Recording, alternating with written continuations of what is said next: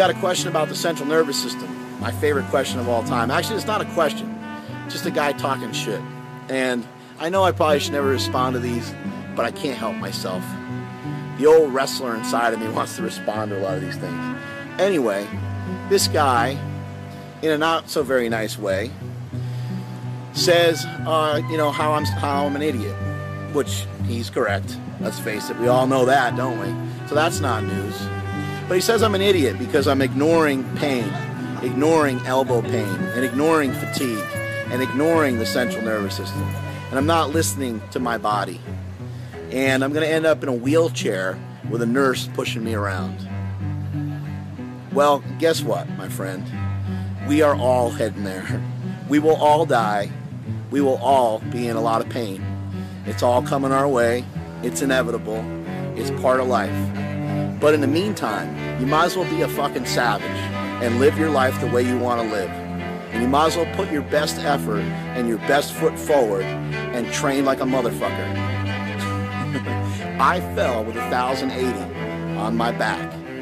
And I got up and I walked away on my own. One of my training partners tried to carry me off. He said, "Here, rest on my shoulder." I said, "Get the fuck away from me." And the reason is because I walk and stand on my own 2 feet. I'm a man. That's what I do. So for you, you know, you're trying to take the easy route. You're trying to find excuses why you shouldn't be training, and you're trying to find science and research and stupid shit like that about the central nervous system so you can miss a workout or two.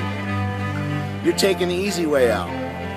What did Jerry Rice used to do? Jerry Rice used to run hills and catch bricks. Jerry Rice used to do warm-ups that would make other athletes puke.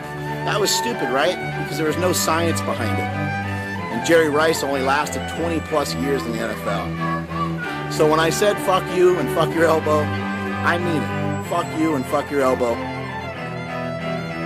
If I could tell you how much I've missed and how much I've sacrificed, I probably feel a lot more guilty about it than I really do now, but it's what it takes. I mean, we all make sacrifices in this life, and this is the path I've chosen, is to be as good of a power lifter as I can be.